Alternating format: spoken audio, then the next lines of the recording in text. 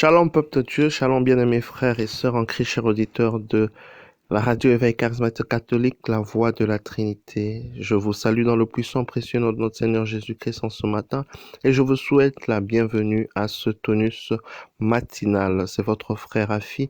Oui, aujourd'hui, bien-aimés, c'est un jour que le Seigneur a fait, un jour de joie.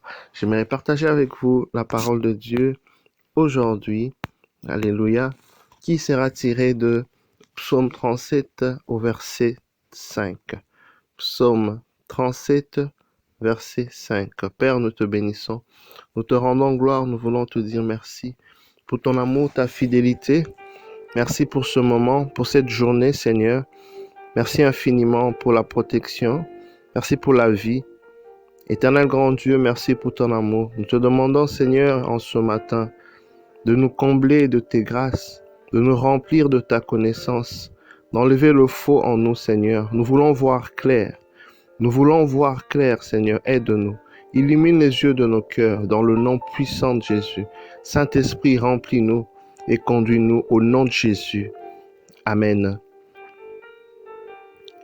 La Bible déclare, bien-aimé dans le Seigneur,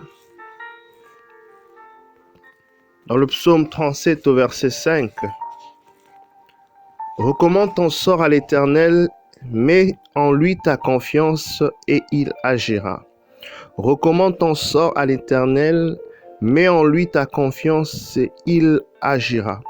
J'aimerais parler à une personne en ce jour qui ne sait pas de quoi est fait le lendemain et s'inquiète. Ne sait pas par où viendra la solution et n'est-ce pas cela est source de beaucoup de pensées, de beaucoup de raisonnements. Pendant que tu cherches à comprendre comment les choses vont se passer, par où est-ce que la solution viendra? Bien-aimé, j'aimerais te rappeler en ce matin que la Bible dit « Recommande ton sort à l'Éternel, mets en lui ta confiance et il agira. » Lorsque un enfant avec son père sont dans une voiture, un bébé, le bébé peut dormir parce qu'il fait confiance, n'est-ce pas, à son papa qui est un bon conducteur. Oui, bien-aimé, c'est comme le Seigneur qui est un bon papa. On peut, n'est-ce pas, dormir dans ses bras, avoir l'assurance qu'il agira, qu'il pourvoira, qu'il donnera la solution, sans pour autant chercher à comprendre. J'aimerais te rappeler, bien-aimé, que notre rôle, n'est-ce pas, ce n'est pas de chercher à comprendre les voies de Dieu, parce que Dieu agit de mille manières. Dieu est souverain. Il peut faire de n'importe quelle manière, de quelque chose. Là, quand la Bible dit, il fait au-delà de ce que nous pouvons penser ou imaginer. Ton rôle n'est pas de chercher à comprendre par où viendra la solution. Comment est-ce que le Seigneur agira? Ton rôle, c'est d'avoir la foi. Alléluia. Ton rôle, c'est de mettre ta confiance en Dieu. Ton rôle, c'est de remettre ton sort à l'Éternel. Même si tu ne sais pas par où ça viendra, même si tu ne sais pas, n'est-ce pas, quel sera le chemin qui te portera, n'est-ce pas, cette prochaine opportunité, cette prochaine porte que tu cherches à être ouverte. Bien-aimé, ton rôle, c'est de mettre la foi, ta foi dans le Seigneur. Lorsque Jésus guérit un aveugle de naissance, et pendant que les pharisiens se posent la question, mais qu'est-ce qui s'est passé? Comment est-ce que cette personne qui ne voyait pas avant peut voir maintenant? L'aveugle lui-même répond, je ne sais pas ce qui s'est passé.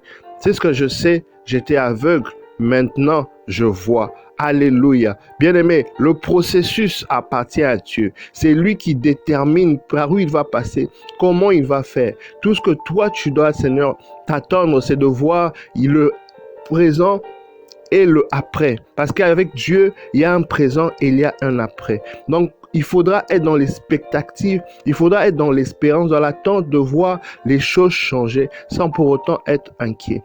Le Seigneur Dieu a toujours une solution qui est en cours, qui est toujours en dépôt, dans le tout accompli.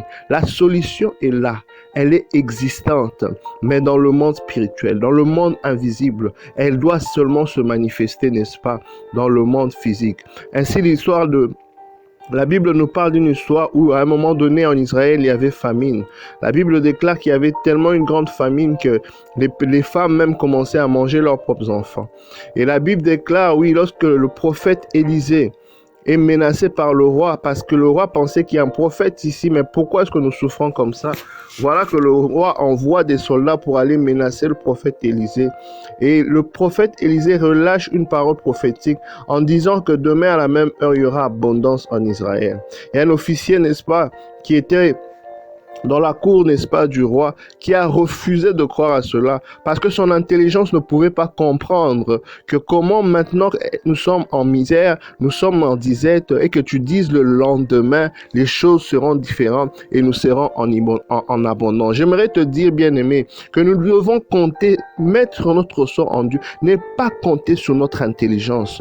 Notre intelligence est limitée, bien-aimé.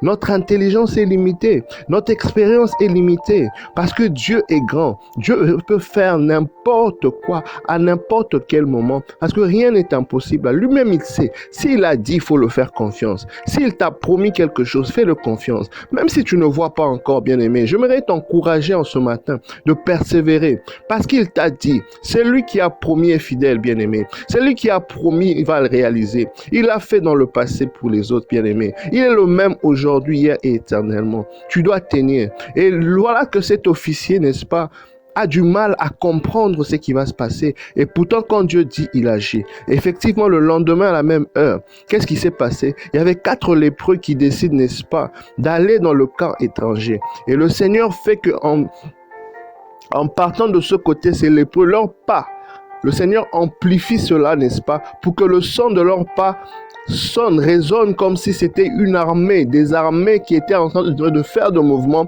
Et ainsi, le camp ennemi s'est saisi d'une frayeur, d'une panique, en pensant que, n'est-ce pas, les Israélites ont fait alliance avec d'autres peuples pour venir les attaquer.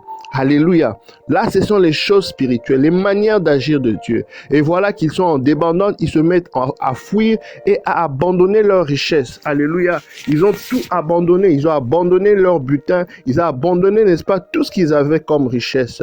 Et voilà, bien aimé, la solution d'Israël était à la porte, mais il fallait une parole prophétique. Il fallait que le Seigneur puisse intervenir. Bien-aimé, c'est que Dieu t'a promis. Il ne faut jamais douter. C'est que Dieu, n'est-ce pas, a dit qu'il va faire dans ta vie. Tout ce qu'il t'a parlé dans le secret, par des paroles prophétiques, par des prophéties, par la parole de Dieu. Bien-aimé, sache que cela s'accomplira. Oui, tu dois recommander seulement ton sort à Dieu. Et n'est-ce pas, mettre ta confiance en lui. Il agira.